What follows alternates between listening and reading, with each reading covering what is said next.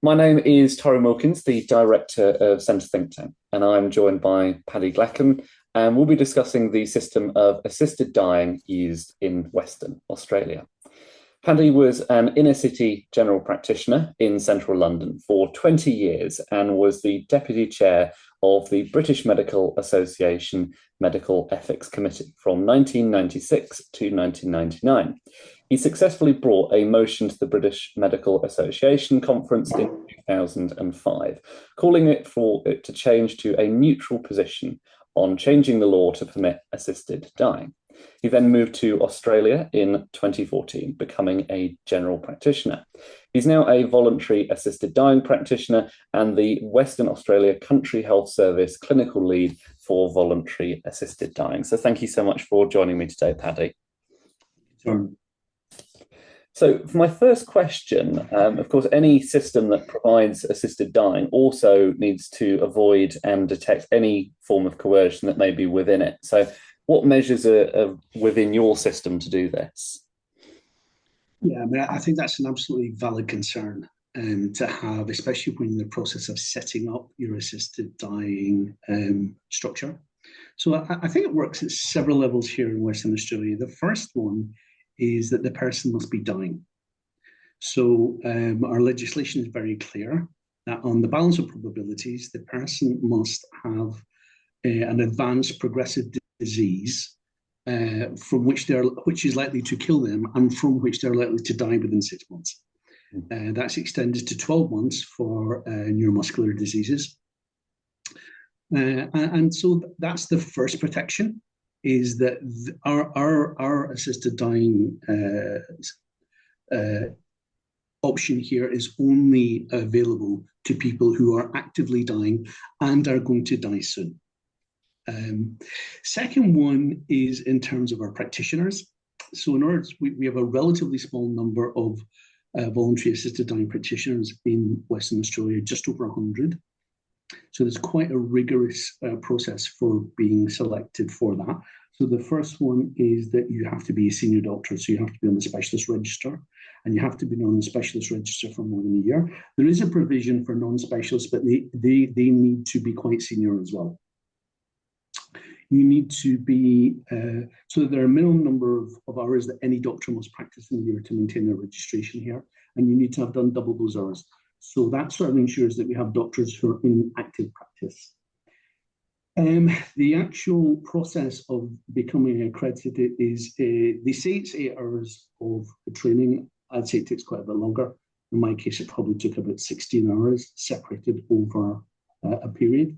And then there's then a tough exam with a 90% pass mark. And you're only allowed 1 or 2 resits. So again, that's relatively strict.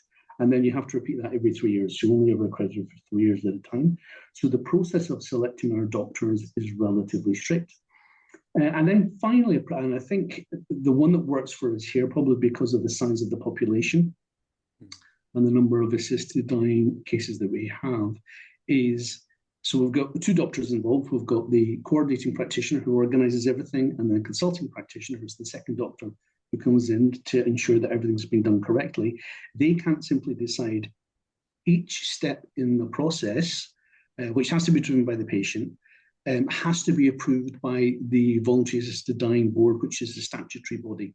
So there are prescribed online forms which must be completed and signed and sent in. And at that point, the board then scrutinizes the information that it's got, and it gives permission for the next step in the process.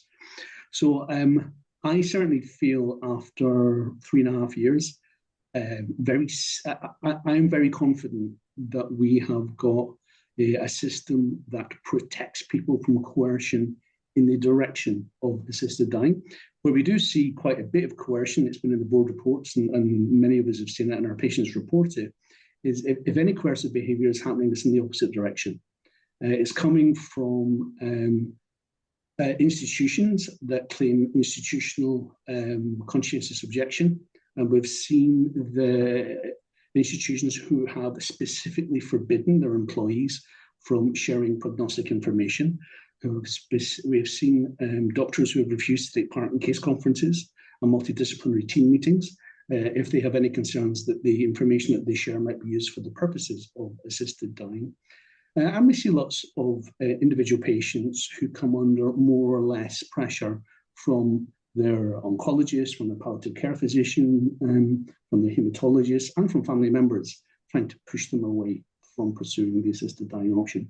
But in terms of people who've been coerced into assisted dying, I've not seen any evidence of that. So in terms of if you were to say raise a concern, say you had a concern about someone going through the process, how would that be raised up? Would that go to the board, or what would be sort of your next step to saying, well, I have a concern about this person? I mean, for me as a voluntary assisted dying practitioner, one of the things that I really satisfy myself of is that the person, their wish to access assisted dying, that it's clear. That and again, there are a whole series of things that we have to confirm when we're submitting the paperwork, that the person understands what they're doing, that it's entirely of their own free will, that it's a consistently held position, that they understand they're going to die, and that they're free of coercion. So what I'll generally do, I really do like, wherever possible, having these consultations in the patient's home, because that gives you the opportunity to really see the context and see who else is present.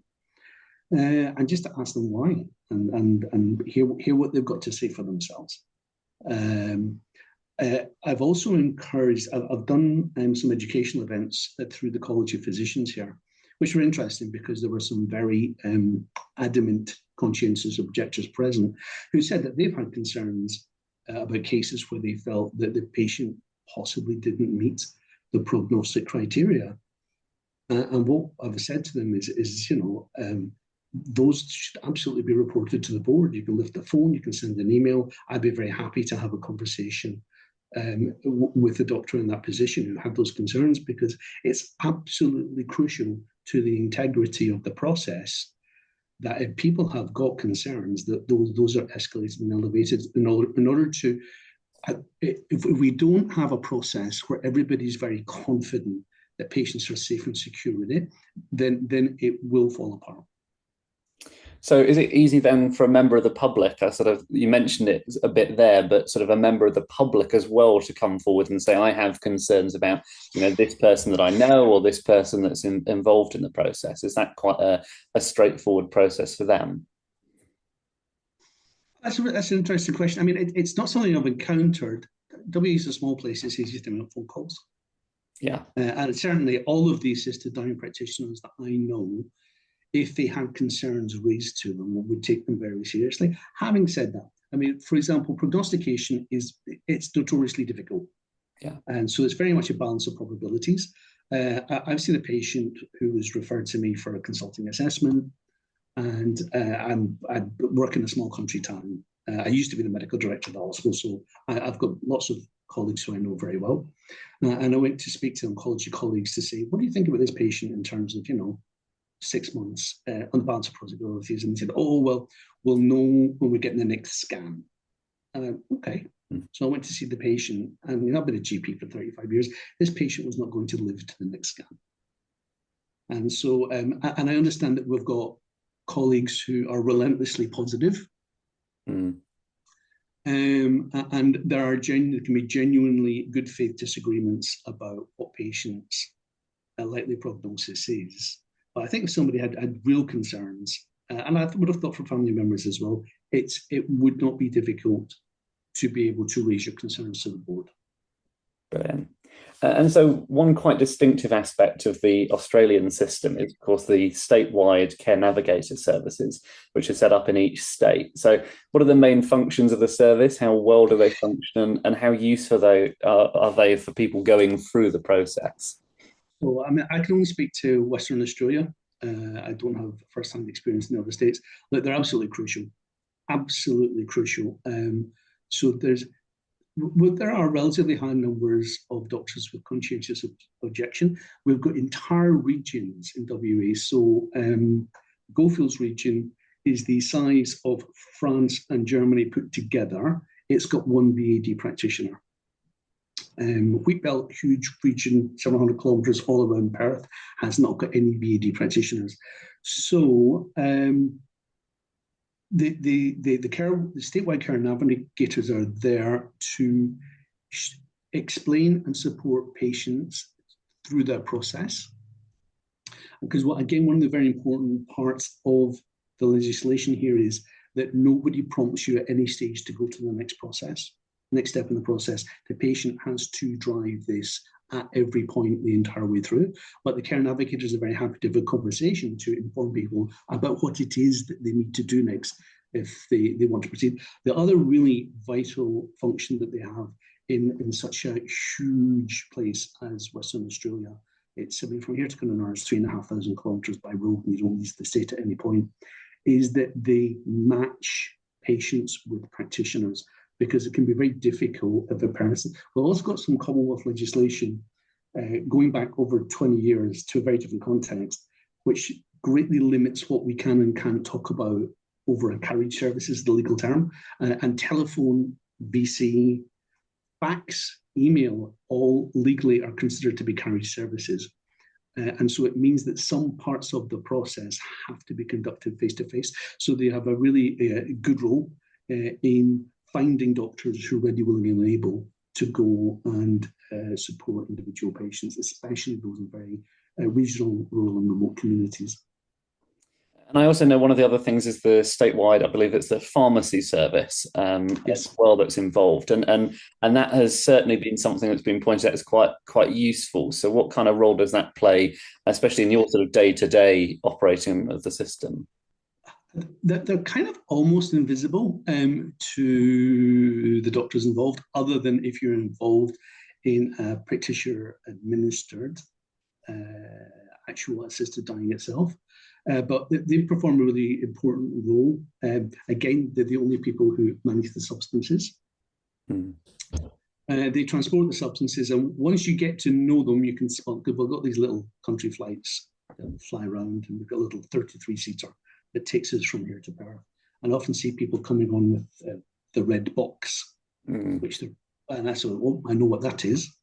And they're on their way down to see somebody. So they bring the substance to patients. If the patient's going to do patient administered, then they do a lot of educational work as to exactly how to store, how to keep things safe, how to prepare, what to expect, how to prepare themselves.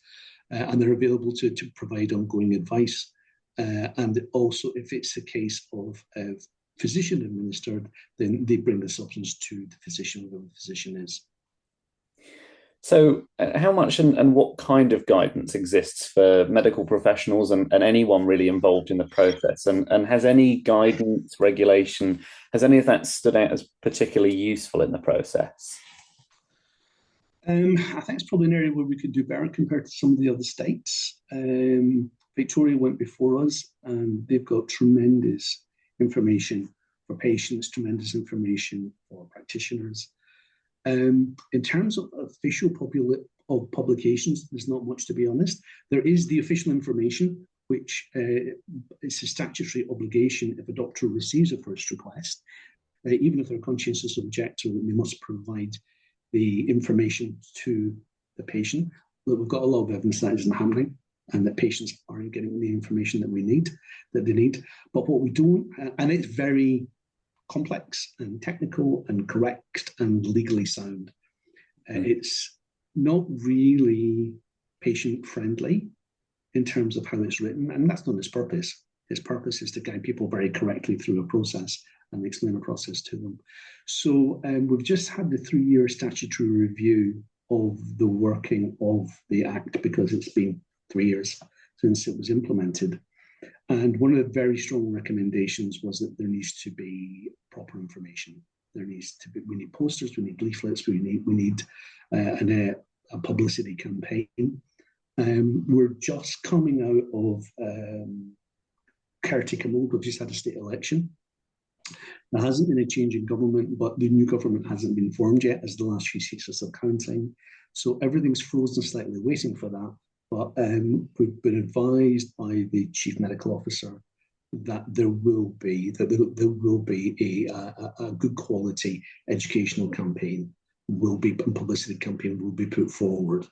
So hopefully we will start to get some better communication materials and educational materials. But yeah, I would talk to colleagues probably in Victoria and Queensland, because from where we are, of course, we can't really use their materials because there are differences in there are subtle but important differences in the law. But they appear to have some really good material. Is there anything then that you think people could benefit from in terms of additional material on top of what you've got that sort of would help people going through the process who might not, say, understand it as much?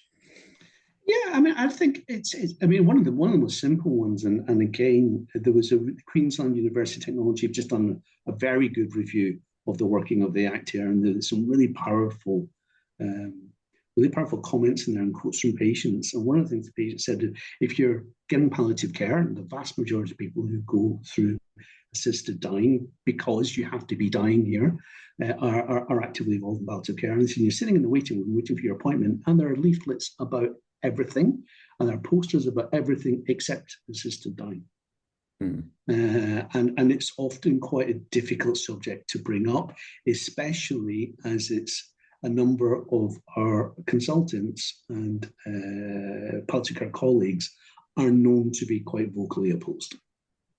Yeah. So it can put patients in a very difficult position. So I think just posters and some simple information saying, look, here are the contact details of the Statewide Care Navigator Service, and they can help you understand, help you with your decision, help you understand your eligibility, and help you understand what it is you need to do if you want to enter the process. I mean, I think the numbers are really interesting here.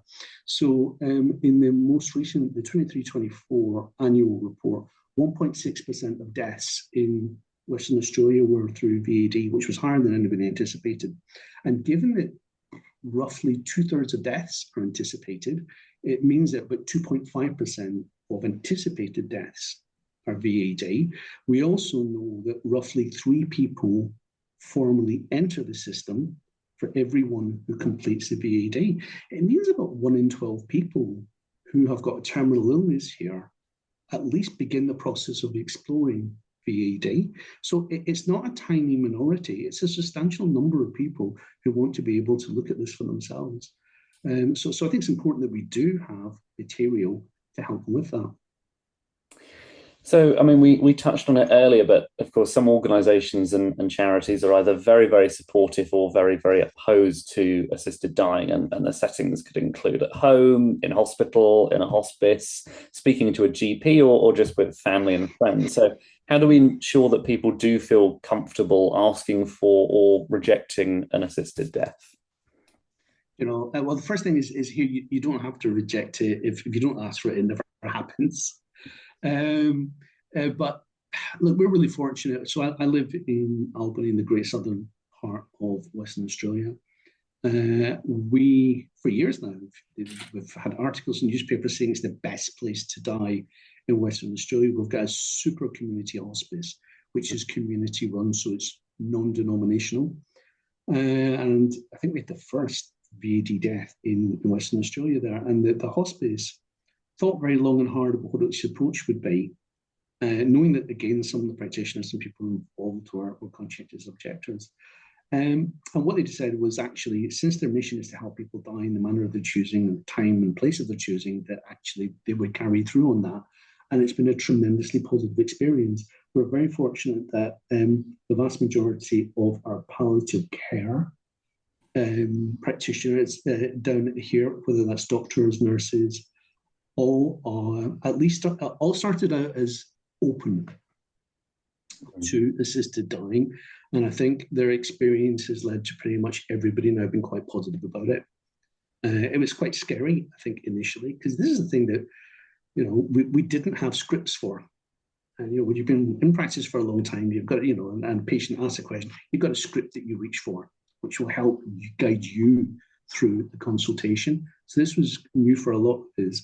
But it's been very positive for us. That's not, sadly, the case everywhere in Western Australia. We've got some places where the public sector works in partnership with faith-based organisations, and a number of faith-based organisations have been very clear that it's not compatible with their beliefs. Queensland has got and again, we're talking to somebody from Queensland about this, they've got some statutory provisions about how institutions that conscientiously object have to at least give some support, have to be upfront about what they believe, also have to, so they've got people understand what they will and what they won't do. And when patients don't have alternatives, how they at least facilitate them in that situation. We don't have anything like that here in WA, and it wasn't in the recommendations for the review of the legislation, so we won't be getting it in the near future. So we just need to work around. I think probably the biggest thing we need to do is normalise the idea that assisted dying is part of end-of-life care, and it's a normal and valid part of end-of-life care. And people who wish to look at it, explore it, think about it, try it, and possibly even go the whole way through it, it's a perfectly valid thing for people to want to be able to do. But while we've got, especially in country areas where the faith-based organisations are the main providers of palliative care, that can be a real barrier and a real problem. And I don't really have an easy answer for that, other than we just, build bridges, don't fall out with people, try and also try to see how we build, how when we're setting up services, we recognise a proportion of patients will want to go in this route, and therefore we have alternative pathways that they can follow. So is that sort of a case of is there any way that you're able to get rid of misconceptions around the system? I know that's something I've heard sort of in previous interviews about, that idea that there's lots of misconceptions about what the system is, especially when it's being implemented amongst groups who may be more opposed to it. Look, I think a lot of people genuinely and in good faith are tremendously opposed, and I don't think and I'm certainly not going to seek to change what they think. However, we've got people who are in purely executive positions in the public sector who are invoking conscientious objection. We've got people who are administrative staff and clerical staff, and that can be very difficult, especially in smaller centres where you've not got many staff.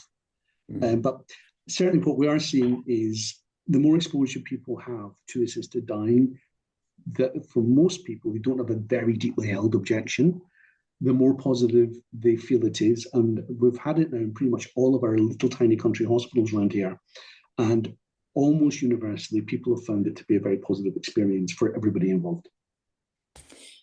So how does Australia deal with liability for those within the process, particularly doctors, but also individuals who are practitioners? Good question. Actually, one other thing the care navigators do, two other things they do, they also come to especially small hospitals and will support people in advance, they'll help people get organised, and they also do counselling and debriefing for staff after the event, which I think is really important. So yeah, yet another role for the very hard worked and very under-resourced care navigators. Because what's happened here also is, because assisted dying has turned out to be, there's a lot more take up than we anticipated. We probably haven't resourced our statewide care navigators enough. But a discussion for another day. Yes, liability. Well, the legislation is really clear. Another thing to say as well, it's also protection in terms of coercion. If you help somebody die out with the legislation, you've committed a really serious criminal offence. And the full force of the criminal law still applies against you. So we've got a very tightly drawn piece of legislation. There is an in good faith clause, which is that if you're trying to implement the legislation in good faith, then that is acknowledged, and you will not automatically be liable for action. It's very clear that anybody who is a VAD practitioner is fully legally protected from criminal activity. We've also got clauses, for example, bystanders are not compelled to carry out CPR. Ambulance staff and other people are not compelled to intervene, which they would be in any other situation where somebody appeared to be dying in front of them. of them. Although it would be said that, I think you've got a pretty clear case of advanced care planning, and somebody whose goals of care do not include being resuscitated. In terms of interestingly, I've just renewed my medical indemnity, and many things they asked me. Do I use artificial intelligence in my practice? Do I do any prescribing of hormones to persons under 18? Am I involved with gender reassignment? All things that potentially increase your medical legal risk as an insurer, not a single mention of assisted dying. So I think it's very clear that for clinicians and practitioners you have to be accredited. There's a formal accreditation system. You're formally approved. You must at each point enter all your data onto the system to be approved to go to the next point. I think it's clear you're working within a clearly defined lawful framework. Brilliant. So one concern, of course, is actually around rare diseases and, of course, rarer forms of cancer as well. And the concern seems to be that an assisted dying may reduce the focus on these diseases or that it may reduce funding or research. So has this happened at all in Australia? And sort of what's your experience, especially with patients who have sort of more rarer conditions? I have to say, I find that I don't even understand intellectually where the question comes from, if you know what I mean. It's a complete kind of intellectual non sequitur, really. So Australia's got excellent research centres which do superb work on common and uncommon diseases and rare diseases. And we've seen the genetic revolution that's happened recently. We're seeing MIBS, MABS, MUBS, all kinds of incredible and incredibly expensive and incredibly specific new medications. And I worked with a visiting, very late career oncologist who got very grumpy when he was speaking to a group of GPs and said, I didn't become an oncologist to become an immunologist. So, it's research in these areas is fascinating, exciting, incredibly well funded. And VAD is just, it's part of end of life care. Nobody suggests that having any other form of end of life care would in any way or shape or form inhibit or reduce research. Another thing to be really clear is the vast majority of patients, other than patients who are very, very late, and we do get some of those, because some people think about it for a long time and then begin to get a bit anxious as the end is near. But it's a bit late to be researching their diseases anyway. But the vast majority of patients are still actively engaged in treatment, whether that be active treatment of their condition. Almost all are actively involved in palliative care. They want this as an option. And it's very much an as well of as not an instead of. And so my final question, another concern that has, of course, been raised, especially in the UK, is the impact of assisted dying on palliative care. And the idea is that assisted dying would be used as a result of what is a struggling palliative care system. So has this happened in Australia? And what impact has assisted dying had on the system in Australia? Look, I think that was a concern that was really raised here in Australia during the whole lead up to the legalisation of assisted dying, because we had a patchy palliative, especially in the country, patchy palliative care, poorly resourced. It's very much a Cinderella service. And so the profession was very clear, patient groups were very clear, everybody was very clear that it would be absolutely unacceptable to be placed in the position where people were having to look at assisted dying because of a lack of access to palliative care. So what we got before assisted dying happened was huge investment into palliative care. So we had very small amount of visiting service here. We now have got 3 times more visiting specialists than we had. We have now got palliative care. You call them GPs with special interest. We now have them in every small town. We never had any of those before.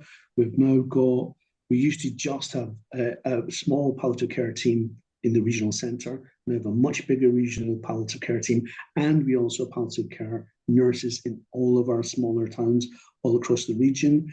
We've now got we now trained in the diploma in palliative care, which we're the first place to do it. We've got we've got junior doctors working in it. So we have had a step change in improvement in our palliative care. I'm not saying it's because assisted dying happened, but I think it was very much seen as a necessary step to happen. And I think it's quite right too. You know, it's and I think probably help focus everybody's minds on the need of patients at the end of life to have multiple options and to have access to the care that they need at this time. Brilliant. Well, thank you so much for your time and for speaking to me today. So you're very welcome.